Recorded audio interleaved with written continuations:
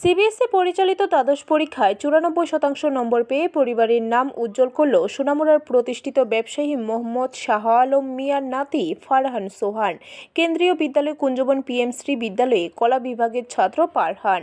প্রতিটি বিষয়ে রয়েছে লেটার মার্ক। শাওনের বাবা এমডি সেলিম মিয়া সিআইএসএফ জওয়ান, মা ঝুমা আক্তার গৃহিণী, বাড়ি শেখেরকোটের মতিনগরে ফুলতলিতে। বর্তমানে আগরতলা রামনগর পিসি বাট্টার অপুর বাড়িতে থাকেন শাওন। নিজের সাফল্যের বিষয়ে ফারহান জানায়, শিক্ষকদের কথা মেনে এবং টেক্সট বইগুলির উপর বেশিরভাগ জোর দিতে হবে, তবেই আসবে সফলতা।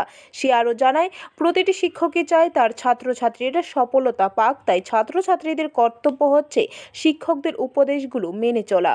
তবে সে তার সফলতা বিদ্যালয়ের শিক্ষক শিক্ষিকাদের ভূমিকা কথায় উল্লেখ করেছে। 94% in best of my 5 in my 12th board. কোন সাবজেক্টে কত করে পেয়েছো? Well, I've scored 97 in political science, 91 in English, 90 in history, 100 in painting, and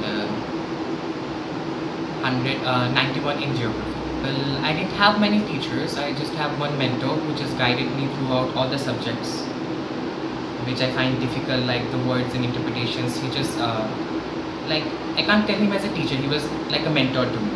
bureau report, খবর ত্রিপুরা।